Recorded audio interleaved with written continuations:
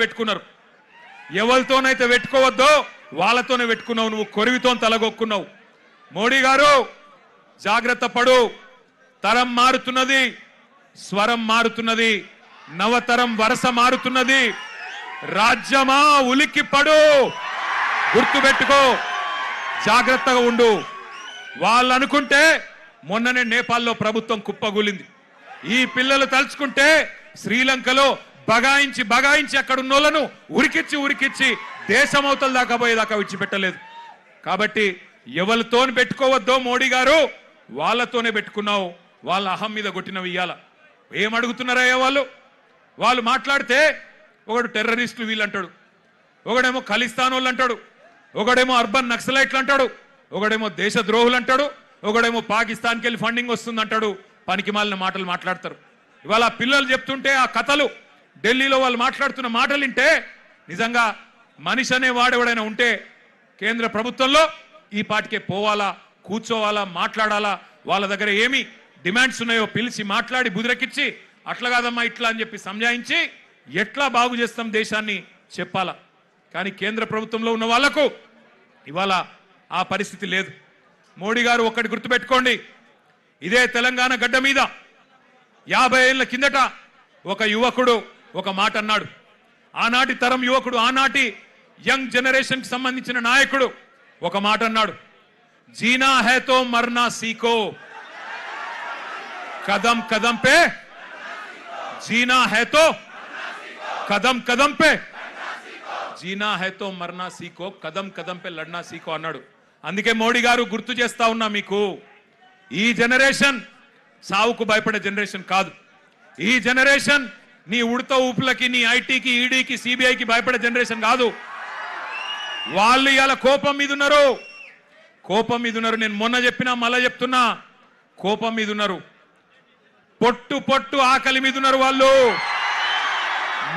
మెట్టు ఎక్కుతారు, నిన్ను నీ ప్రభుత్వాన్ని తొక్కుతారు. యాదికి పెట్టుకో, ఈడ్చిపెట్టరు.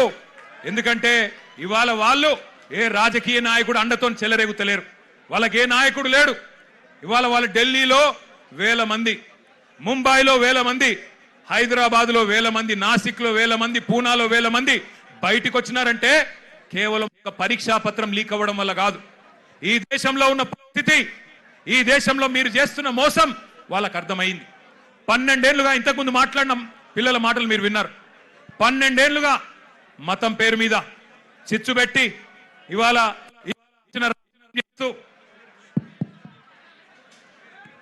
ఇష్టం వచ్చిన వ్యవహారం చేస్తూ, మతం పేరు మీద రాజకీయం చేస్తూ మీరు ఏ రకంగా తప్పించుకుంటున్నారో, ఏ రకంగా అసలు పని చేయకుండా ఎట్లా ప్రజల్ని మోసం చేస్తున్నారో ఇలా వాళ్ళకి అర్థమైంది. మీరే కదా చెప్తిరి సంవత్సరానికి 2 కోట్ల ఉద్యోగాలు ఇస్తా అని చెప్తివి. 12 ఏళ్ళ మరి ఇప్పటికి 24 కోట్ల ఉద్యోగాలు రావాలి. వచ్చినాయా 24 కోట్ల ఉద్యోగాలు? అందుకే రోడ్డు మీదకి వచ్చిన ఒక ప్రశ్నాపత్రం లీక్ అయి మాత్రమే కాదు, ఒక నిరాశ, ఒక నిస్పృహ. ఇంతకుముందు అమ్మాయి ఎంత బాగా అన్నది, మేము మేక్ ఇన్ ఇండియా అడిగినాం, నువ్వు లీక్ ఇన్ ఇండియా ఇచ్చినావు. మేక్ ఇన్ ఇండియా ఎక్కడో పోయింది, లీక్ ఇన్ ఇండియా వచ్చింది, గిదా నువ్వు చెప్పింది అని చెప్పి ఆ అమ్మాయి ఎంత చక్కగా మాట్లాడింది మీరు విన్నారు. అట్లాగే ఇవాళ అడుగుతున్నారు జవాబుదారితనం. ఏమంటున్నారు? అయ్యా మీరు మంత్రులు అయినరు, ఎంపీలు అయినరు, మీరు పెద్ద ప్రధానమంత్రులు అయినరు, కానీ మేము మీ సీట్లు అడుగుతలేము. జవాబుదారీతనం. ఒక ప్రశ్నాపత్రం లీక్ అయితే, దేశంలో మీరు ఇచ్చిన ఒక్క హామీ నెరవేరకపోతే మేము అడగద్దా, అడుగుడే తప్పైందా అని అంటా ఉన్నారు. వాళ్ళు న్యాయం అడిగితే మీరేం చేస్తున్నారు? రాజ్యం హింసకు దిగుతున్నది. పోలీసు వాళ్ళు, ఐపీఎస్ ఆఫీసర్లు ఆడపిల్లలను చెంప మీదకెళ్ళి కొడతా ఉన్నారు. పోలీసు వాళ్ళు లాఠీలతోనే ఆడపిల్లల్ని కొట్టకూడని చోట కుల్లబొడుస్తా ఉన్నారు. ఇవన్నీ వీడియోలు ఉన్నాయి, నేనేదో ఊరికే చెప్పట్లేదు. అందుకే ఇవాళ హైదరాబాద్ వేదికగా ఆ పిల్లల డిమాండ్లకు మద్దతుగా ఢిల్లీలో జరుగుతున్న, జంతర్ మంతర్లో జరుగుతున్న దమన కాండకు వ్యతిరేకంగా మా నాయకుడు కేసీఆర్ గారి ఆదేశం మేరకు మొత్తం పార్టీ అంతా ఇక్కడికి వచ్చింది. వచ్చి ఆ పిల్లలకు సంఘీభావంగా అండగా, ఇందులో రాజకీయం లేదు, ఎలక్షన్లప్పుడు చూసుకుందాం రాజకీయం, ఆ రోజు ఎవరు ఎక్కడ కూర్చోవాలో ప్రజలు నిర్ణయిస్తారు. కానీ ఇవాళ మేము అడుగుతున్నది ఒకటే, ముందుగా ఎడ్యుకేషన్ మినిస్టర్ ధర్మేంద్ర ప్రధాన్ రాజీనామా చేయించండి. చేయించాలనే వాళ్ళు గట్టిగా చప్పట్లు కొట్టి చెప్పాలా, గట్టిగా చప్పట్లు కొట్టాలా.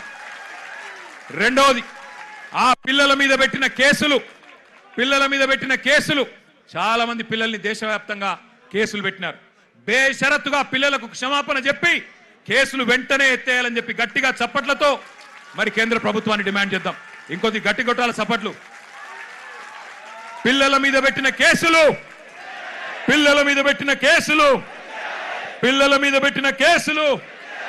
మేము ఇక్కడికి బయలుదేరి వస్తున్నాం. పిల్లలతో పాటు నిరసనలో పాల్గొనాలా.